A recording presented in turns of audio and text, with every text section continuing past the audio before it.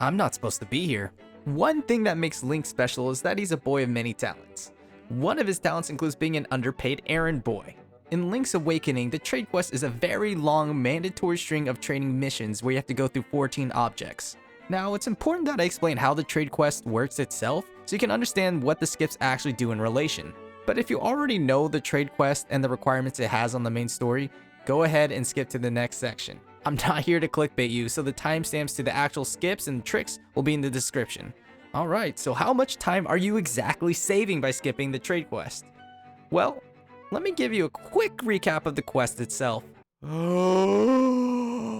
It all starts off innocently enough. You get a Yoshi doll from a Crane game. Some kid whines about his mother wanting a stuffed animal. That's weird. If you hand her the toy, you get a ribbon, which is a terrible economic value trade. I mean, for all I know, it could be the finest silk or the finest cloth in the world. Shoutouts to DJ Khaled. But who knows? We can clearly see Link is not a businessman. You give this ribbon to a talking chain chomp, or the equivalent to a talking dog in this world. Yeah, which is strange, not because it's a talking chain chomp, because the chain chomp itself doesn't have a chain. What gives? Then you get some dog food. Okay, game, I thought the chain chomps were metaphorical dogs, but I guess we are the metaphorical dogs. You take this can of food to a talking crocodile that eats dog food, because why not? The crocodile swallows the entire can because yeah, that's a thing, and has an unhealthy obsession for collecting canned goods in his bowels. He then rewards you with bananas, which actually may be Link's first real upgrade because in the Zelda universe, I've never seen a can opener. You now take these bananas and make an insane value trade to a monkey who calls upon his entire entourage to build a bridge in under a few seconds, opening a path to rob a castle. Now that's a real reward. But even though you got a bridge, realistically, you only get a stick from it, which is presumably something Link cannot forge from the wild himself. I guess the technology just isn't there yet. You take your newfound dog toy and give it to the drug lord himself, Terran,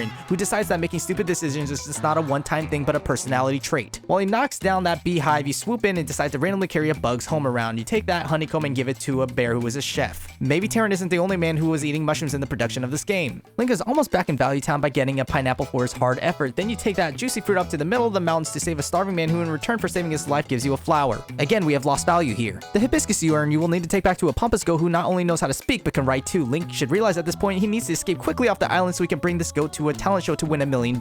You then literally go coast to coast by bringing a letter back to Mr. Right, who is just a lonely man getting catfished by a goat. In exchange for perpetuating a lie, you get a broom, to which you take to a grandma who broomed too hard apparently and is forever stuck in a perpetual cycle trying to clean dirt which can never be cleaned. She's having a crisis to complete a task that can never be completed. She then gives you a fishing hook, which is probably just an earring she found in her ear. You take this hook and give it to a fisherman who decided to go fishing underneath a bridge without a hook, which speaks to the brilliance of the folk in this game. Now I understand why they cannot do basic tasks for themselves. The first thing he manages to catch is trash, which incidentally turns out to be the necklace of a mermaid. In the OG version of this game, you actually receive the bikini top of the mermaid. Yep, this story doesn't stop getting weird. Give this necklace to the mermaid. The now fashionable mermaid decides that its nasty scale is worth something and allows Link to pluck it. Now that you fully managed to downgrade your items into a fish scale, you try to throw it away accidentally onto a statue and bam, you open up a cave that's dimly lit to find the best treasure of them all, a magnifying glass, which I'm pretty sure only costs like $5 online, which really shows the true economic value of Link's trade quest. So now you can take those magnifying lenses and randomly decide to look at chicken scratch in a book thrown into a corner of a library and discover a cryptic message that makes no sense. And somehow that writing is coincidentally the path to get through the giant egg. After explaining it all, this game is really freaking weird. But that's still a pretty accurate idea of how much stuff you skip, which is a lot. Now there are certain items that are must-haves to progress the story itself, that being the bananas and the magnifying lens. And I just want to note, you do not need the honeycomb in order to get Marin to show up at the beach in order to move the walrus. As long as you talk to the walrus beforehand, Marin will show up there after Dungeon 3. So first off, bananas are required to reach Dungeon 3. This guy named Richard has the Dungeon 3 key buried in his backyard that Animal Crossing fans would probably gasp at. To get access to the backyard, you're gonna have to do a side quest for Richard, which involves collecting golden leaves in a castle nearby. And in order to get access to the castle, you will need to bring bananas to the monkey who will build you a bridge to it. And of course, the magnifying lens are important because you need them in order to learn the egg maze pattern from the book in the library. If you don't know the pattern, the chances of you actually figuring out the correct path are extremely slim in a reasonable amount of time. These are the two major trade quest items that you must have. Introducing the Villa Skip, named aptly after Richard's villa. You can get access to the backyard and dig up the Dungeon 3 key early by getting over a rock in the back. This skips his entire side quest to go to the castle and subsequently needing the bananas. Here's how to do it. I feel like I'm introducing ingredients to a cooking show. You will need a fox, Crazy Tracy's medicine, bombs, the rock feather, and most importantly, confidence. So in my other video covering early glitches and tricks in Zelda Link's Awakening that I will link in the description, I mentioned there's a trick called Height Boost. Well, you'll need to combine this trick with the fox now. In short, by dying mid-air via a bomb, and in this case having a fox attack you at the same time, you can die and revive on top of signs or donut rocks. Now, the medicine can be obtained from Crazy Tracy here, which revives the player if they die. To set up the Villa skip, you will need to bring the fox over from Mobe Village, Maybe Village, Mabi Village, Mabe Village, Maibi Village. Continue attacking the fox to have it follow you to this specific area. If you jump while attacking the fox, you can avoid taking damage from it. Now, it helps to clear out the grass in this area so you can see what you're doing. You'll need about 1 or half a heart in order to do this due to the damage you will receive from the bomb. So on your way there, go ahead and take some intentional damage from the fox. To complete this trick, I like having the fox on top of Link. So the way I set this up is having the fox positioned in the top right corner, whether you attack it there or push it there. Then you attack the fox from the bottom right hand corner, that way the fox leaps into you, and if you jump over it, you'll be right on top of it. Now place down the bomb immediately. Once the bomb roughly flashes 3.5 times, you'll need to attack the fox and jump immediately and hold to the right. Now if your timing was good, you'll die at the apex of your jump, and once you do, you'll revive on top of the rock, and you can dig up the key right afterwards. So the nice part is that the entrance to Dungeon 3 is right around the corner, so it can be right on your way. Also, if you want, you can give Richard a little holler from his backside, but you are going to be stuck, so if you do this, you might want to save beforehand. Also, if you intend on doing the skip, I highly recommend saving in Mabe Village, just in case you die and don't make it up the rock, so you can immediately retry without having to rebuy the medicine itself. Now, a note about this skip is that I've seen variations on where people place the fox to push themselves over. I've personally found consistency with the fox directly beneath me, but some people have found consistency from placing the fox slightly upwards or around Link. So feel free to experiment with this. Oh, and by performing the villa skip, that means you do not have to return the chain chomp because you are not entering Richard's villa. So now it's just you, Marin, and this chain chomp. Lens skip, or early lens. This one doesn't need much explanation. Just doing this alone skips the second half of the trade quest because you're getting the final item after all.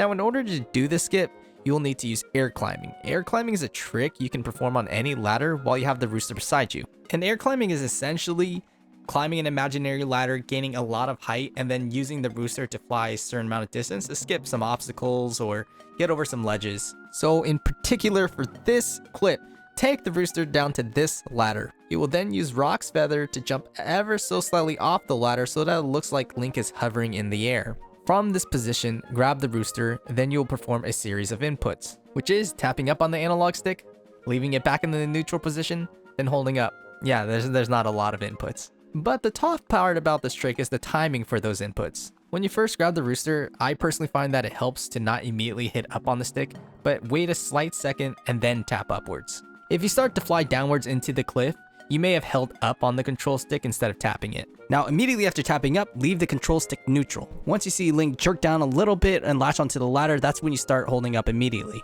Now when you press up on the analog stick for a second time, if you clip through the ladder, that means you were too fast on that input, and if you get on the ladder but off of it, that means you were too slow. Once you get the timing down right, start climbing up. You'll eventually be forced off the ladder and you can take your rooster upwards to this ledge. If you go over too far left, you're going to actually be pushed over and on top of the tree, and at that point you can't really get on the ledge from there. So what you're going to want to do is stick towards the right side of the tree and then toss the rooster away. Now on the edge of this peninsula, it's very easy to fall off. So what I like to do is stick towards the outside edges of the peninsula. That way you don't fall and have to restart this trick. Now while you're making your way around the edge, just be careful of the Zora shooting fireballs at you. Just have your shield up on the way there. Now once you're at this spot, you can just hold upright and clip right into the statue. But you know what?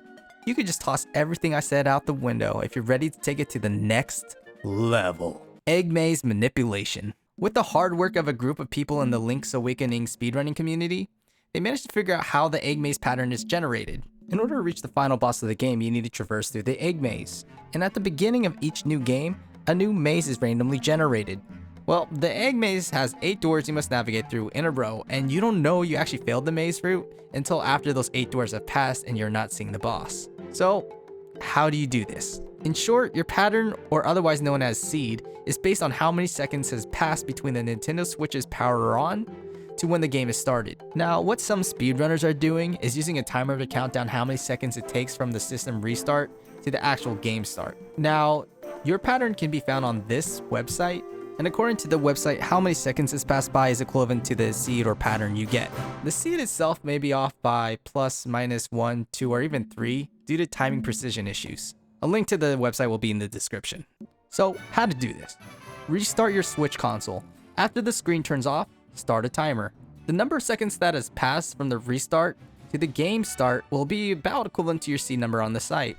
You will then run through the entire game normally and hope that your desired seed is correct. And if it's not correct, try a couple of the seeds that are next to it, a little bit higher, lower, give her plus minus 3 as I said before. Now, this method is generally geared towards speedrunners who are planning on doing multiple runs of the game, because from what has been seen so far, to consistently get a desired pattern, it may take multiple runs. So each player is going to need to go through some trial and testing per console in order to find their own repeatable timing method that works for them. And the reason I say this is because there's been some inconsistencies found between players. But there are some players who are still repeatedly getting the same seed by timing their countdown the same way each time. So yeah, it works. So when I tried this myself, I got 27 seconds from power on to start, and I ended up getting seed number 26, so I personally ended up with a fairly expected result. Now, back to comparing other players, there may be some timing differences due to human error, or there may be a difference between physical and digital versions of the game that is unknown at this time. Also, this manipulation is still in its infancy, so in the future there may be a more standardized way to time this. What's weird is that I actually couldn't crack an egg joke in the middle of that egg manipulation explanation because I was so ecstatic about it that I was too exhausted now to figure out a good way to scramble one in. And there you have it. That's how to skip the entire trade quest in Link's Awakening. Link can now stop being a yes man and start picking up girls again.